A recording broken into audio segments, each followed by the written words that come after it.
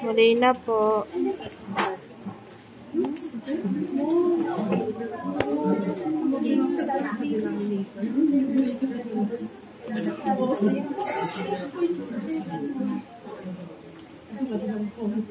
So, ano yung mga tatlong artery na paired na pupunta sa ulo? So, internal carotid, external carotid, at vertebral artery. So, actually, yun yung anim na vessel na ini-inject to a cerebral catheter angiogram, otherwise known as a 6-vessel angiogram. So, sometimes makita nyo may 4-vessel angiogram. Pag sinabing 4-vessel angiogram, ibig sabihin, common carotid yung dalawa, kasi yung dalawa ay vert. Kaya siya naging 4-vessel. Kaya siya yung 6-vessel kasi dalawang ICA, dalawang ECA, dalawang vert. 2, 4, 6. Kaya siya naging 6-vessel angiogram. So, minsan yung ibang tao, tinatawag nilang 4-vessel angiogram. Ibig sabihin lang na yun, in-inject nila yung common carotid. So, makikita na nila both yung internal at external from the common and then the vert. Okay? So, kailangan nakikita natin sila isa-isa. So, yung lahat ng x-rays na yon, ini-x-ray sila AP saka lateral. Yun yung most basic na view. Pero maraming ibang view. Pero yung enough na yung AP tas lateral. So, kunyari, AP, ganito yung itsura ng common carotid na AP. So, nakita niyo yung skull, di ba? Nakaharap siya sa atin.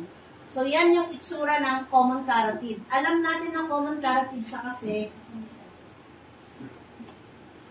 Okay, so obviously, ito yung common carotid. Ito yung internal carotid artery.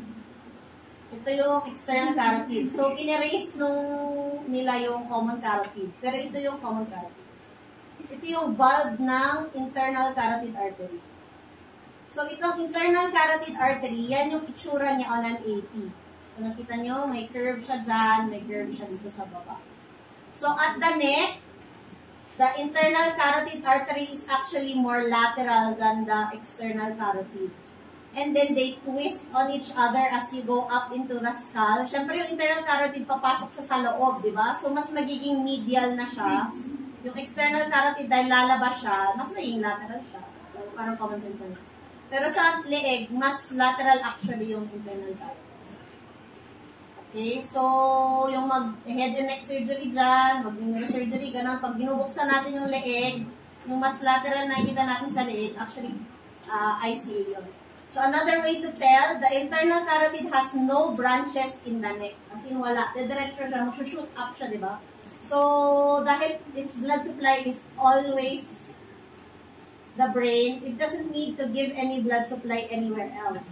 So, kung nasa leg kayo, tapos nalilito kayo, ano kaya dito yung external carotid, alito yung internal carotid? So, kung may blood vessel siya coming out of itself, syempre external carotid yun automatic. Kasi yung internal carotid, wala nga siyang branch. Okay? So, basta tandaan nyo lang in general yung itsura niya. So, pag AP, ganyan yung itsura niya. So, bakit siya nagka-curve-curve? Itong mga curve na ito yung mga butas dun sa skull base. Kung maalala nyo before dun sa skull base anatomy, ito siya. So, ito yung petrous bone. Ito yung area ng petrous bone. So, kaya siya nagka-curve medially. Ito yung curve niya sa loob ng petrous canal, di ba? Tapos aakyat siya. Yan yung curve niya na to. And then, itong area na to, mag-curve siya ulit. Ay, wala.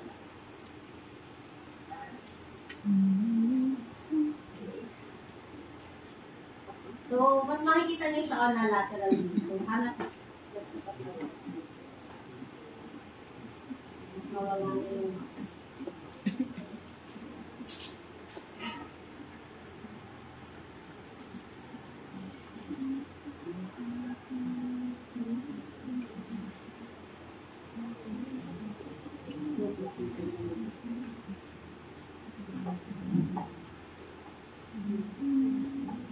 So, maraming classification ng Mayan, hindi important sa inyo. So, gusto ko lang ipakita sa inyo bakit siya ganun. So, ito yung AP view. So, di ba, kamukha niya yung AP dito, aakyat siya, magka-curve siya dito sa loob ng petrous bone. And then, aakyat siya. Ito yung area ng cavernous sinus before siya magiging carotid T. Para maging anterior cerebral artery, and middle cerebral artery. So, AP view tong dalawang to. Kamukha niya tong picture na to, di ba? So, AP view, yan yung itsura niya. So, tandaan nyo lang yung itsura niya, pag AP view, ganyan siya. So, itong nasa baba, ito yung lateral x-ray. So, tingnan niyo yung bony landmarks dito. Ito, alam mo, AP siya. Ito yung area ng petrous bone where it curves inward. Diba? Tapos akyat siya. So, here, ito yung second na parang yung letter S dito sa top. That's the area of the cavernous sinus. So, this is a lateral view kasi ito na yung lateral area ng bone na yun. So, ito yung ilong ng patient. So, ito yung itsura niya on a lateral view. So, ICA yung vessel na to. Okay? So, mamaya natin pag-usapan yung mga maliliit na ako.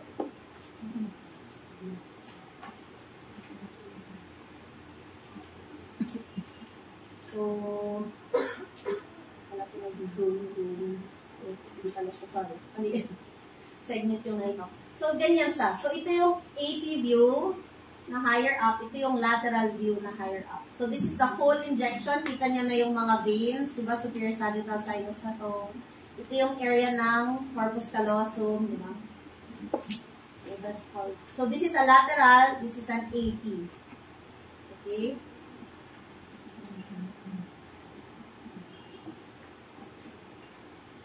So, this is the one they actually asked in your book. So, yan yung mga answer niya.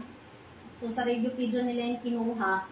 Pero yung important lang dito is, before nyo mga lamang ma-identify kung ano to, ano munang view ito? AP ba to o lateral? Lateral. Siya pinakasulat. Pero, sa isang walang ganon. So, tandaan nyo na yung itsura niya. Pag parang snake siya na nakaharap siya sa harapan. Lateral view siya. Okay? So, this is the first segment of the internal carotid. Sabi say it has no branches, diba? So, the internal carotid artery in the cervical level in the neck has no branches. And then it curves inward. This is the area of the foramen lacerum at the skull base, sa area ng petrous bone. It has small branches there, pero hindi nyo na-level yun. Okay? And then it curves anteriorly. Ito yung parang letter S niya na to. You call this the cavernous segment of the internal carotid artery. So the first branch of the cavernous segment from its posterior curve, itong likod niya, ito yung maraming branches yan. Except yung, since ito yung nasa libro nyo, ito lang yung ituturo ko. So that is the meningohypophyseal trunk. So as the name implies, it goes to the meninges at the area of the posterior part of the hypothalamus, hypophyseal area. So, malapit na dito yung sela. Nandito actually yung sela. So, may mga konting branch, akyat siya sa sela, kaya may hypophyseal siya. Yung meningo, pupunta siya sa meninges na nagko-cover ng clivus. Kasi ito na yung clivus, yun yung pababa na yan. Yun yung clivus. Clivus bone yan. So, cavernous segment ng ICA. So, the first intradural branch of the internal carotid artery is number 3. So, sa amin in neurosurgery, super important, star, star, star, kasi that's what tells you you're already within the dural substance. Ibig sabihin, nasa loob ka na ng dura. This is the ophthalmic artery. It goes to the eye. So, ibig sabihin, itong patient na to, nakaharap siya doon, ito yung mata niya. Kasi yan yung ophthalmic artery niya. Okay.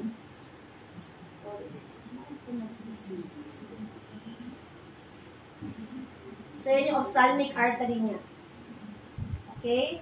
Ophthalmic artery niya yan. So, as it goes up, dito, you cannot see the carotid T. Diba? Yung it becomes the middle meningeal artery and the anterior cerebral artery and the, what do you call this? Middle cerebral artery. Kasi nagpatong-patong sila. Kaya nakakalito yung angiogram kasi 3D siya, pero dito 2D siya. So, medyo nakakainis, diba? So, itong mas malalaki, itong nakikita nyo na to, ito yung mga ICA. Yung mga mas lighter na to, dahil mas malayo sila, ito yung mga MCA branches, yung nasa likod. So, parang nag-superimpose sila upon itself. So, better siya seen on a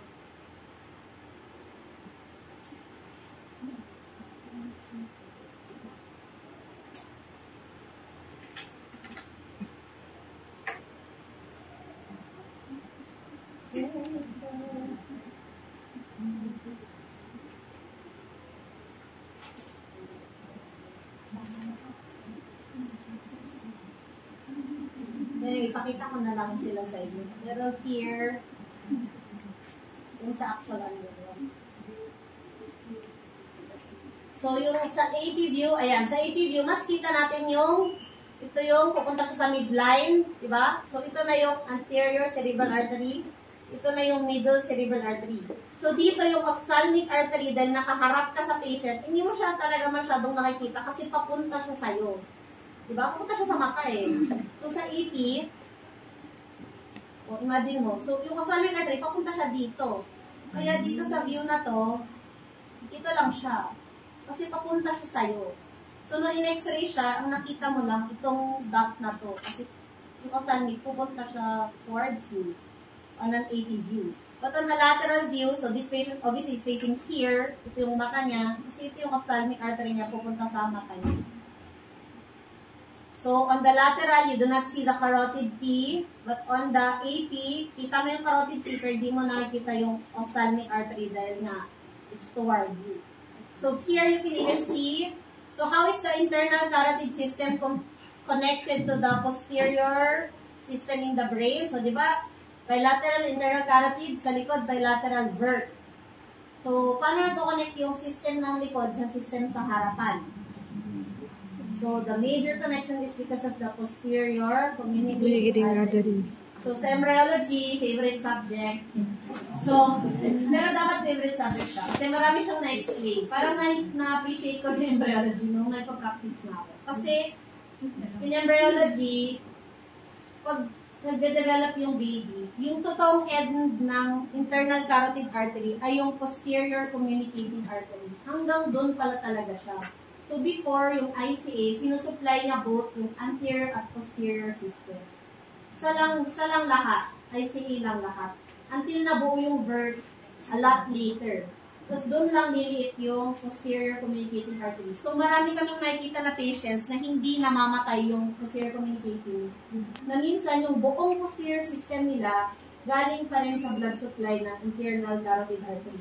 So anong consequence nun? Kung nagkakaroon sila ng ICA stroke, patay yung buong utak nila hanggang likod. So very dangerous. Dahil hindi sila nag-mature embryologically. Pero yun yung proof na dati yung totoong internal carotid hanggang PCOM lang siya. Kaya yung PCOM, nagko-connect siya palikod. So yung PCOM, kinoconnect niya sa posterior cerebral artery. Diba? Kaya sa AP view, nakikita mo na yung PCA. Actually, dito ay makikita mo siya. Ito na siya. Palikod siya. So obviously, kung ito yung harapan, ito yung likuran, oh, this is the ophthalmic artery. This is the posterior communicating artery towards the PCA. So, PCA, ophthalmic, dito mahirap makita. Yung mas darker na color, yun yung mga ACA branches. Yung mas lighter na mas likod, yun yung MCA branches kasi mas malayo sila sa MCA. Okay? So, balik tayo dun sa... So, here, na nyo. Number 5. So, number 4, middle cerebral artery. Tinawag niya lang yan na middle cerebral kasi that's already the area of the carotid T. So, dyan na naghihiwalay yung MCH at yung ACA. Okay? So, dito pinangalanan na niya yung mga branches ng both ng ACA at MCA. So, kopyahin nyo na lang to pero ipakita ko better on isolated arteries. Kasi,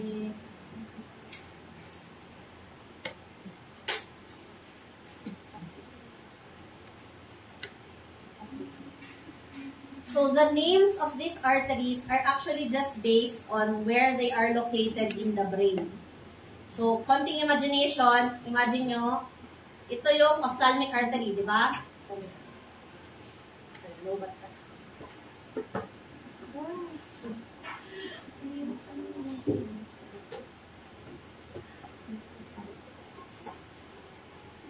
Girl, nag-o-off na siya.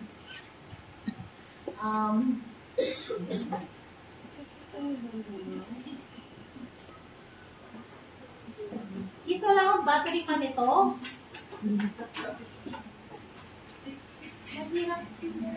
Ay, kita niyo ba yung mouse? Ito, yan. So, yan ang ophthalmic artery, di ba? Sabi natin, ophthalmic artery, pupunta na siya doon. Ito yung area ng kung saan siya mag-split sa carotid T.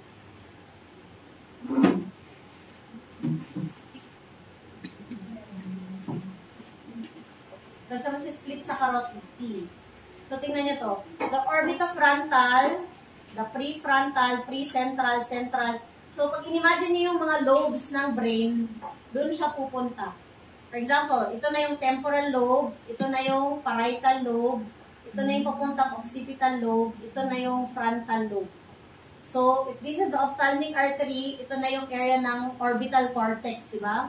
Kaya that's the orbitofrontal artery. If this is the area ng, ano yung nandito medially, kung saan nag-meet both motor and sensory ng, anong tawag doon? Paracentral lobule. Paracentral lobule. Yung blood supply ng paracentral lobule ay yung central artery. Oh. Kasi papunta siya doon. So, ito yung area ng precentral, prefrontal, orbitofrontal. Polar, kasi pupunta lang siya sa frontal pole. So, frontal pole, orbitofrontal, orbital cortex. Kasi ophthalmic na to. Ito yung mata. Ito actually yung retina. Na-imagine mo. So, prefrontal, precentral, central, and then parietal lobe na, di ba? After ng central sulcus. So, parietal lobe. So, may anterior parietal artery, may posterior parietal artery, and then, ano yan? Angular. Which is, papunta dun yung angular, di ba? Sa dulo ng sylvian fissure, andun yung angular gyrus, tsaka supramarginal gyrus. So, yan yung angular artery. Ito yung temporoccipital artery, kasi obviously, pupunta siya sa area ng temporoccipital. Tapos yung temporal, madali lang. Anterior, middle, posterior, temporal. So, anterior, middle, posterior, temporal. Temporoccipital. Angular, angular gyrus. Anterior, posterior, parietal. Central, central sulcus. Anterior to the central, precentral. Prefrontal, orbitofrontal mata. Okay?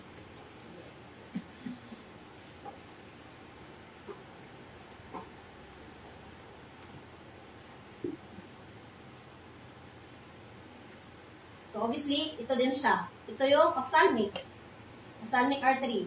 So, ito yung area kung saan siya nagiging ACA at MCA. So, itong lighter blood vessels, ito yung mga MCA. Yung darker blood vessels sa picture na to, ito yung branches ng MCA, no? So, this is part of the meningohypophyseal trunk or so hindi yan kasama sa branches ng ACA. Pero sometimes it can come from the ACA. Pero di na yun din. So, basta ICA na yan, o ano to? Kaya, so this is the prefrontal. So, ito na yung branches. Ito, what is here? In the medial, the corpus callosum. So, this is the pericallosal artery because it's beside the corpus callosum. Okay? So, ito yung iba't iba, depende kung nasan siya. So, ito siguro para itong occipitotemporal kasi papunta siya doon. Hindi na nila pinakita dito yung lower branches. Ito yung area ng central. So, parang ini-estimate mo lang based on that, saka mo lang siya pinapangalan. So, ini-imagine mo, pinoproject mo yung itsura ng brain. Tingnan natin sa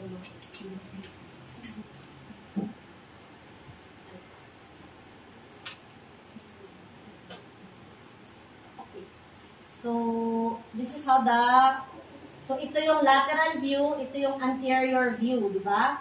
So, ito yung internal carotid artery, middle cerebral artery na pinutol nila. Ito yung anterior cerebral artery. So, from the first segment of the anterior cerebral artery, there should be small branches here na hindi pinakita, dadaan sa anterior perforated substance. Saan siya pupunta? Sa basal ganglia, di ba? So, yan yung mga medial lenticulostriate arteries. Kaya siya medial kasi nasa gitna yung ACA. Kasi yung mga maliliit na manggagaling dito sa MCA, sila yung lateral lenticulostriate kasi nasa lateral sila. Okay, so ito yung itsura nun. Okay, this is the frontopolar artery because it goes to the frontal pole or orbitofrontal. Okay, akyat siya. Ito, yung katabing-katabi ng corpus callosum, pericallosal. Okay, pericallosal artery. So, anterior cerebral artery po ang blood supply ng paracentral lobule. Kaya, kapag nagkaroon ka ng ACA stroke, paalang yung mahina because of the motor homunculus of the lower extremity that is supplied. It is the terminal branch of the anterior cerebral artery. This is easier to understand picture. So that's how it looks like on the actual specimen. Okay, so somebody was asking me last time, what's the difference between the lamina terminalis and the septum pellucidum? This is the septum pellucidum. It's between the right and left lateral ventricle. This is the lamina terminalis. It's at the anterior floor of the third ventricle. So magkaiba sila. Ito yung isa, ito yung isa. Okay? So ito yung ACA branches. So this is the, this picture shows, this is actually a vertebral artery. So yung ICA, pinutol niya. So this is a vert, di ba? Kasi this is the basilar artery. This is the posterior communicating artery. It connects the posterior system with the anterior system. So orbitofrontal, orbital area, or frontopolar artery. Okay, pericallosal artery. The terminal branch is going towards the paracentral lobule.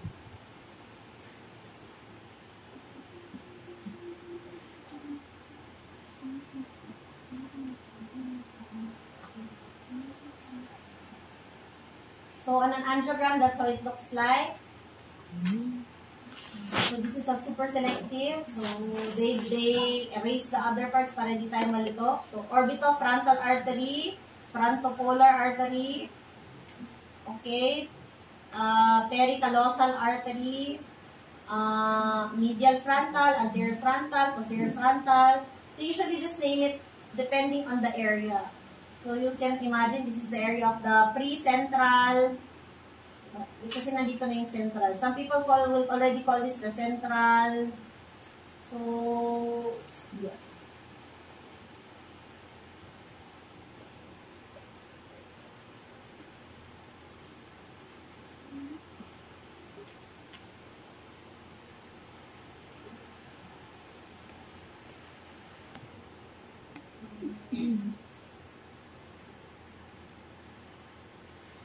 So this is how this looks like intraoperatively. So this is the frontal lobe. So this is from the front. So yung bukas nito, binukas yung skull from the ulo ng patient. Ito yung frontal lobe niya. Ito yung midline. Ito yung optic nerve niya on one side, optic nerve on the other side, optic chiasm. Ito yung lamina terminalis. That's very, very thin arachnoid membrane.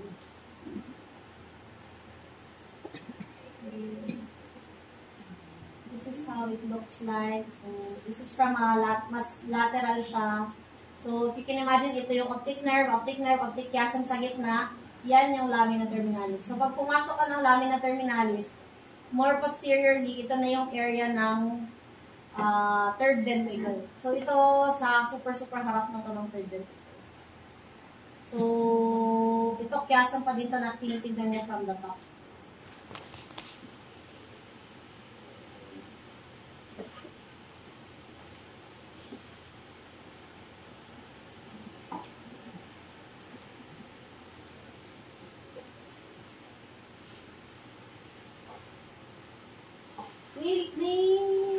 Ano ba kayo dyan? Ngayon ko na yung pinapalabel sa inyo sa anak ko sa laptop.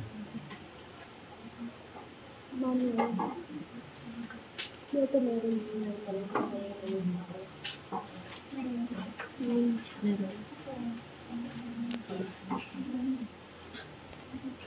So, isang mga tumawag para din tayo malito.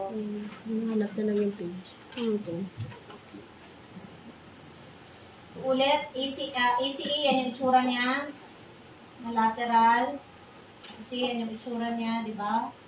ACA. MCA, mas yan yung itsura niya. You don't usually see it subtracted, di ba? Kasi ICA lang yung ini-inject nila. So usually, nagpapatong lahat siya. So ganyan yung mas nakikita sa angiogram.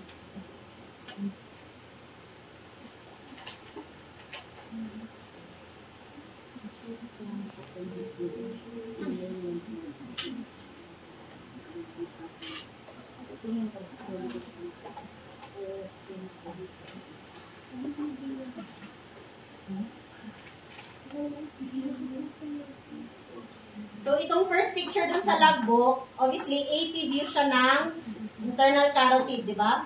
So, ito yung anterior cerebral, ito yung middle cerebral, ito yung carotid T, nakita nyo. Okay. So, itong second part sa taas, ito yung pinakita kong picture, nandun na yung answers.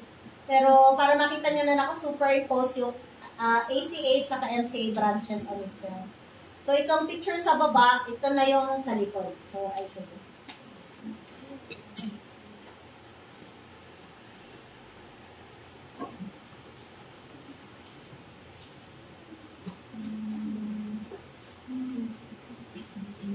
Lagi ko lang muna lahat.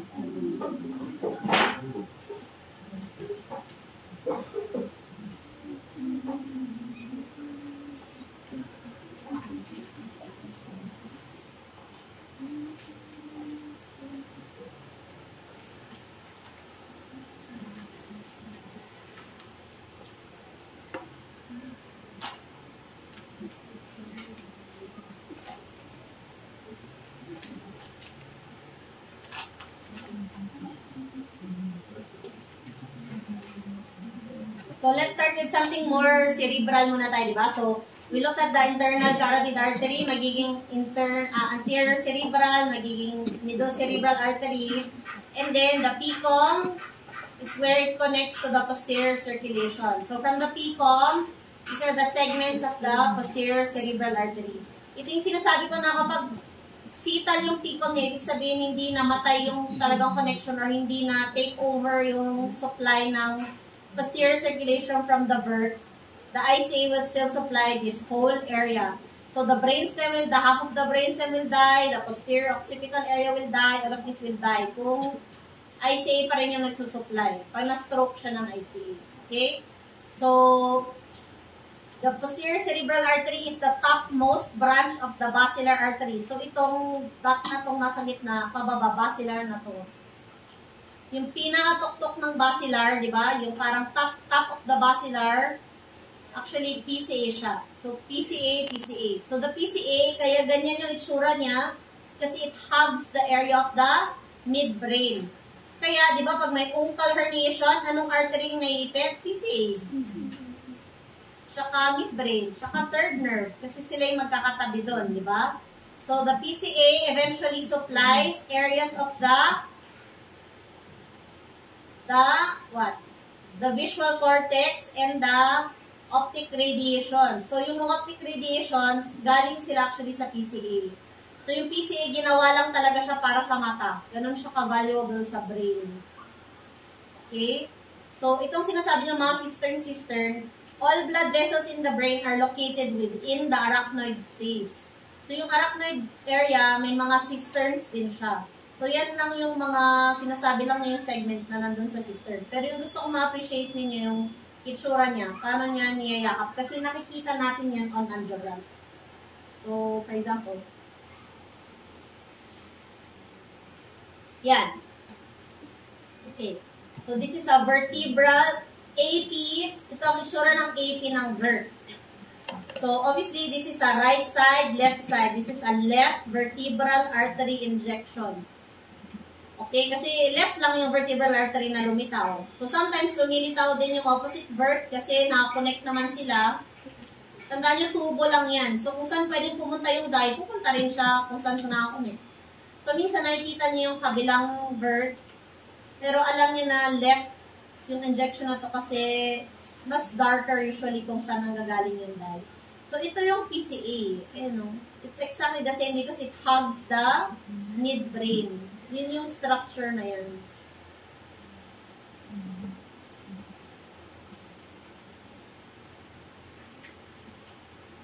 So, for example, this is also a left vertebral artery injection. This is the opposite vert that fills. Kasi sabi ko nga, pipe lang yan. Kung saan pupunta yung dye, di pupunta rin siya dyan. Kasi may dugo pa rin dyan. Okay, so kahit dito mo siya in-inject. So the vertebral artery at the area of the cerebellum and the medulla will give off the pica. Diba? And then after that, it fuses to become the basilar artery. As it goes up, it gives off the ica. So yung answer sa quiz, SCA, ICA, PICA. Okay, so ICA, from the pon, ay from the, what do you call this? Basilar. May maliliit na konting branches, yung maliliit na yan. Nakita niyo ba? And then, the pinaka-top of the basilar, sabi ko, PCA. Ito siya, hinahag niya yung midbrain. So, before it becomes a PCA, that's the SCA, superior cerebellar artery. Superior cerebellar, anterior inferior, posterior inferior cerebellar artery. Okay? So, ito ang AP view. AP. Okay? So, AP. Ganito po ang itsura ng lateral view ng vertebral artery. Okay. So, pag in-imagine nyo, ito yung buong posterior fossa. Okay. So, this is the vertebral artery. It will give off the, what does the vert give off? The pica. So, ito yung pica territory. Pica. Okay? Yung dalawang vert, mag-fuse sila para maging basilar artery. Tapos, magbibigay sila ng dalawang paired blood vessel. Ano to? Ito yung mga ICA. So, ICA tong dalawang to. Okay? So, akyat siya. Alam mo yung top of the basilar, itong dalawang to, hinayakap na niya yung midbrain. So, these are the PCAs. But before it becomes the PCA, these are the SCAs. Superior cerebellar. Okay? So, the PCA eventually, di ba, they will go to supply the area of the occipital lobe. Sila yung blood supply ng occipital cortex for vision. Di ba, sabi sa inyo, yung main goal ng PCA is para makakita ka. But if you look at the other branches, for example, ito, this is the splenial artery because this is the area of the splenium of the corpus callosum. So, kung may anterior choroidal, hindi ko pala napakita. So, yung anterior choroidal, may posterior choroidal arteries. So, yung posterior choroidal arteries, mag-merge siya with the anterior choroidal. Sila yung magiging blood supply ng choroid plexus sa loob ng ventricle. Okay? So, nandito na rin yung area ng third ventricle. Yung thalamus, nasa likod siya ng third ventricle, di ba? Kaya dito galing yung mga thalamo-geniculate artery. Ibig sabihin, pupunta siya sa thalamus, tsaka sa area ng geniculate. So, pupunta siya sa likod ng brainstem, di ba? Ay, ng midbrain. Doon siya pupunta. So, kung may anterior perforating substance, may posterior perforating substance, ang dumadaan doon, itong mga to. Thalamo perforating arteries. So, sa harapan, lenticulus striate. Sa likuran, thalamo perforating arteries. Ayan. Okay? So, that's how it looks on the hindi pa natin nakita. So, this is the same. Ulit-ulit. So, this is also a left vertebral artery injection. Ito yung sinasabi niya, may overflow in the collateral. Ibig sabihin, yung dye napunta lang siya sa opposite side. Okay, pero ito yung in-inject daw nila. So, case na to, may aneurysm siya on the left vertebral artery sa labasan ng pica. Yan na yung outflow ng pica. Ito yung pica sa kabila. So, ito na yung basilar. Alam mo ito ICA. Alam mo ito SCA. Ito ay PCA. PCA, niyayakap niya yung midbrain. Kaya yan yung itsura niya. Yung PCA, pupunta siya sa supratentorial compartment. Diba? Kasi pag i-end siya as the calcarine, this is actually the calcarine artery. The straight artery in the middle. It's the calcarine artery. Towards the calcarine sulcus. Kaya siya diretsyo din. Kasi doon siya pupunta. Okay, so tapos na tayo sa review. Review ka lang. Ano oras na? 4. Anak ko, guys. So, magtingin na lang tayo ng So this is how you usually get an angiogram. You get it? Ooh. So, like I said, x-ray lang siya. So, x-ray talaga siya. So, usually naka-label siya unless tamad yung rad text. So, dapat naka-label siya. For example, ito, right ICA injection. So, ito yung x-ray nila before nila sinut yung dye. So, alam natin right Ang maganda sa angiogram naman, in sine siya. Ibig sabihin ng in sine, gumagalaw siya. So, may mga phases siya, di ba? For example, ito. So, in-inject nila yung dye, papasok siya sa wala na. Okay, in-inject nila yung dye, mapapanood mo yung travel ICA, DCA, MCA, ito, venous na to. So, may venous phase siya. So, pag binagalan natin yon, so, itong patient na to kasi meron siyang AVM, no? So, that's an arteriovenous malformation. That's how it looks like. Pero, sorry, yung mga angio ko ay may mga pathology. So, yan. This is the arterial phase. You can see, ito yung double density. Ang ibig sabihin double density, ibig sabihin nagpatong yung blood vessel. In x-ray mo, may blood vessel sa harapan, may blood vessel sa likod. Kasi, di ba, ito yung parang pa-curve niya na ganun sa lateral. So, meron siyang ICA sa likod, may ICA siya sa harapan. Kaya nung na-x-ray siya, ganito siya. So, anong blood vessel to? Pupunta siya sa mata. Ophthalmic, correct. Ophthalmic artery, yan yung first intradural branch ng ICA. So, nasa loob na yun ng dura. Okay? Cavernous segment ng ICA, supraclinoid segment, and then carotid T. Carotid T becomes yung papuntang lateral is the MCA. Yung papuntang medial is the ACA. So, ACA sa kanan, ACA sa kabila, magkikita sila magiging anterior communicating artery.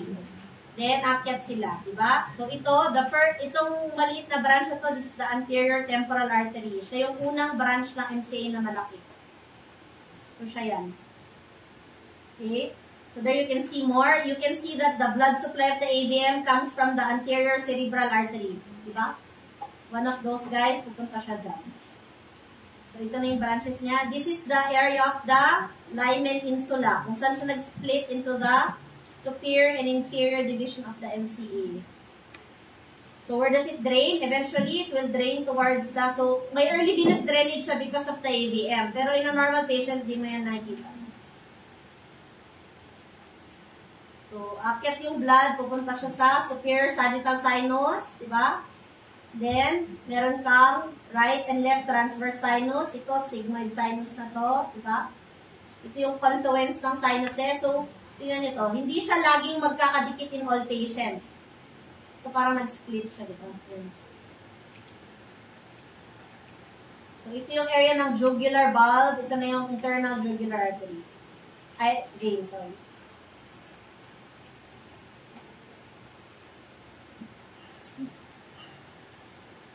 So, let's go back something else. So, sinabi niya, right ICA in the artery. So, nakasulat naman siya na right. So, obviously, lateral siya. So, sorry na dalawa mo to.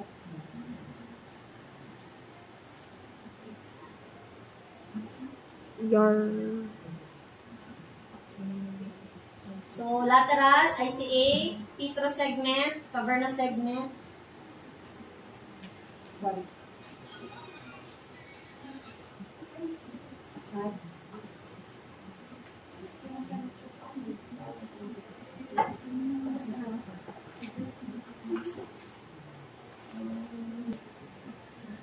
Sobrang bilis lang. Dahil sabi ka sa one time na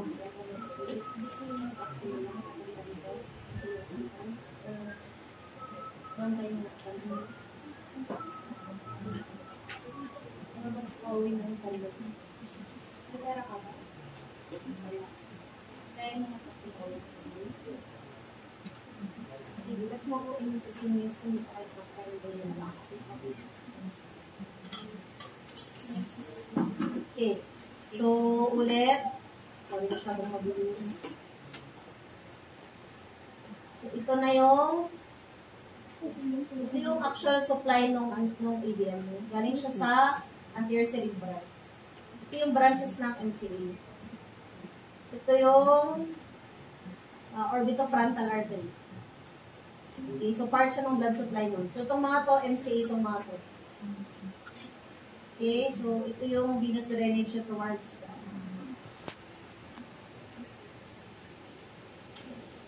so, tingnan muna tayo ng normal. Siguro normal yung birth nito. So, nakasulat naman siya, right ICA. So, sinute nila siya from the opposite side. So, ito, ano to, oblique view to. So, nakita niyo, iba yung itsura niya, di ba? Para nakaslide siya ng konti. So, sinut lang nila para mas makita nila yung mga blood supply. So, yun nga sabi ko, yung AP tsaka lateral, yun lang yung usual. Pero pwede mo naman hindi i-shoot ng ganun. So, ito vertical. So, for example, ito. So, right vertebral artery injection, yan ang itsura ng vert na nakalateral. So, ito yung itsura ng basilar artery. Yung top of the basilar, magiging PCA. So, okay, dito masyadong maganda yun.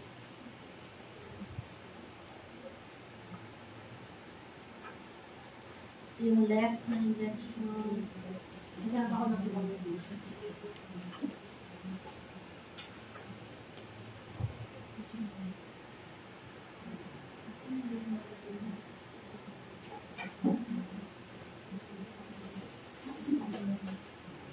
okay, ano to?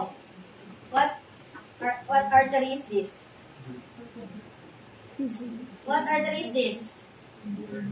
So, vert. Kanan or kaliwa? Left. Kaliwa. So, this is a left vertebral artery injection. AP or lateral? So, AP lateral. Okay. So, yun lang yun, PCA. Yung sa patient to, ito yung kabila niya. Yung sabi ko, eventually nag-refill din yung opposite side. So, venous, phase.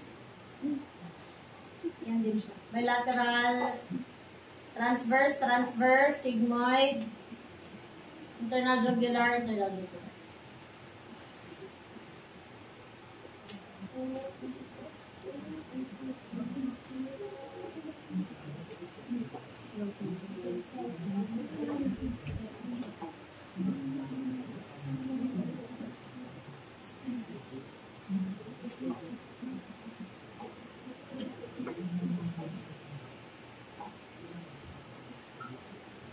So, malapit na guys, sorry.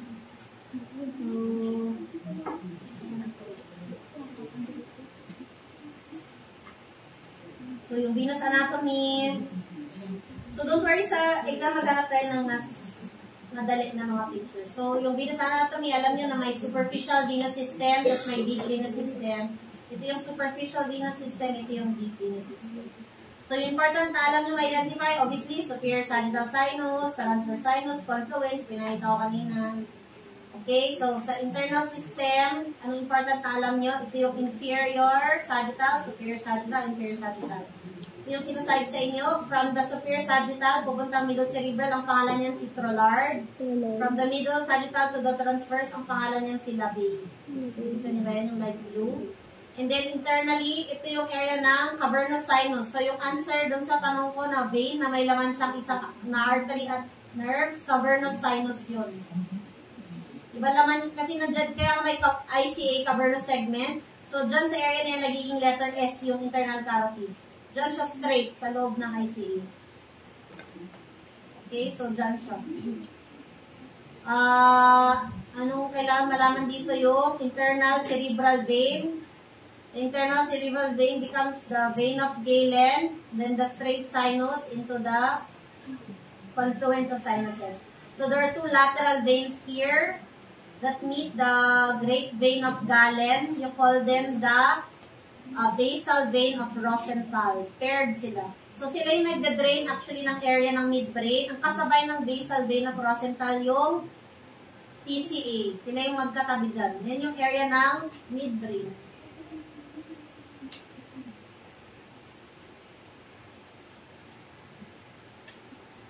Hindi ko alam kung nasa logbook nyo to, pero ito yung isa, no? So, same lang. Superior sagittal sinus. These are your, what do you call this? Superficial cerebral veins. This is your Sylvian fissure, di ba? So, yung Sylvian fissure, Sylvian veins, or middle cerebral veins, yun yung isang pangalan niya. Okay? So, this is the area of the confluence of sinuses. Okay, straight sinus, vein of Galen. Okay. Yung vein of, ang liit mong sa patient ito. Ito yung inferior sagittal sinus, superior sagittal, inferior sagittal. Okay. Ito yung internal cerebral vein. Makikita sila to become the vein of Galen and then the straight sinus. Okay. So, yun lang. Yung iba parang hindi nila sila level. Internal jugular vein. Kaya yung sigmoid sinus S-shape siya. Yan, S-shape talaga. Okay. Ayoko na. Pagod na tayo na. Yes. Thank you rin. Pagod lang. Please sa exam. So, wala nang lab, di ba? Dapat. Tapos na ba? Ito na ba yung last? May pasok pa next week. Ma'am? So, ang lab manual next week na. Tama, di ba? Yes. Di ba 6 na lang? Wala naman ang sasagutan. Ma'am, okay lang po, 6.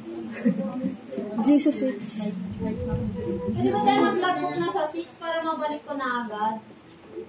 Sure, ma'am. Pinupita na din ito. Sige, please.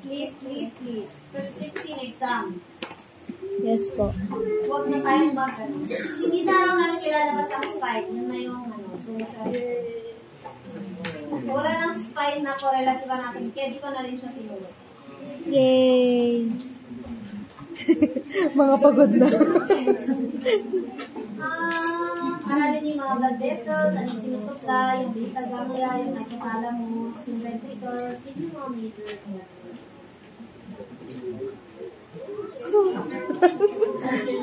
Thank you, everybody. Thank you, ma'am. Sorry na pagod.